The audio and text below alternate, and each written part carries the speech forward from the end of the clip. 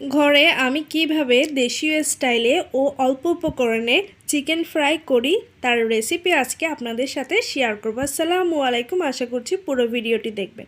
এখানে আমি প্রথমেই কয়েক পিস মুরগি নিয়েছি। এরপর এখানে দিয়ে দিচ্ছি 2 চা চামচ আদা রসুন বাটা, 1.5 চা চামচ মরিচের গুঁড়া, 1 চা চামচ ধনিয়ার গুঁড়া, 1 চা চামচ গরম মশলার গুঁড়া, 1 প্যাকেট ম্যাজিক মশলা, 1 চা চামচের মতো মাংসের মশলা, রাঁধুনি মাংসের মশলাটা দিয়েছি, 1 টেবিল চামচ লেবুর রস, 1 টেবিল চামচ ভিনেগার আর 2 চা চামচ সয়া সস ও সামান্য পরিমাণে টমেটো সস দিয়েছি। চেষ্টা করবেন লেবুর রস ও ভিনেগার দুইটাই দেওয়ার জন্য। এবার সব উপকরণগুলো হাত দিয়ে ভালোভাবে মুরগির সাথে মেখে নিব। এই কাজটা একটু সময় নিয়ে করবেন যাতে মুরগির প্রত্যেকটি পিসের সাথে মশলাগুলো ভালোভাবে মেখে নেওয়া যায়।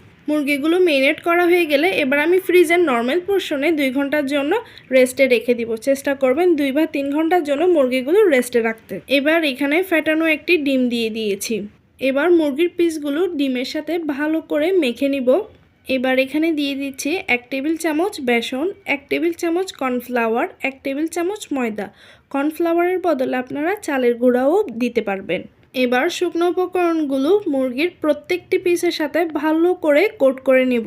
ঠিক এ পর্যায়ে কিছু মুরগির পিস আমি বক্সে নিয়ে ডিপ ফ্রিজে সংরক্ষণ করে রাখব। এবার একটি ফ্রাইং প্যানে পর্যাপ্ত পরিমাণে তেল দিয়ে দিয়েছি। তেল গরম হয়ে এলে একে একে মুরগির পিসগুলো দিয়ে দিব। এখানে আমি 4 পিস মুরগি নিয়েছি, ওগুলোই ফ্রাই করে নিব। এই সময় চুলার আঁচটা মিডিয়াম টু লোতে রাখতে হবে। চিকেনের এক পাশ ফ্রাই করে নেওয়া হয়ে গেলে উল্টিয়ে অপর পাশটাও ফ্রাই করে নিব। একটু সময় নিয়ে এই কাজটা করতে হবে যাতে করে মাংসটা ভেতরে কোনো রকম কাঁচা না থাকে। চিকেন ফ্রাই হয়ে গেলে এবার আমি তেল ঝরিয়ে একটি প্লেটে নিয়ে নিব। আমার ঘরে তো প্রায় সময়ই এই চিকেন ফ্রাইটা করা হয়। ঘরের সবাই আমার হাতের চিকেন ফ্রাই খেতে পছন্দ করে। মূলত চিকেনের মেরিনেশন পারফেক্টভাবে হলে চিকেন ফ্রাই খেতে মজা হয়।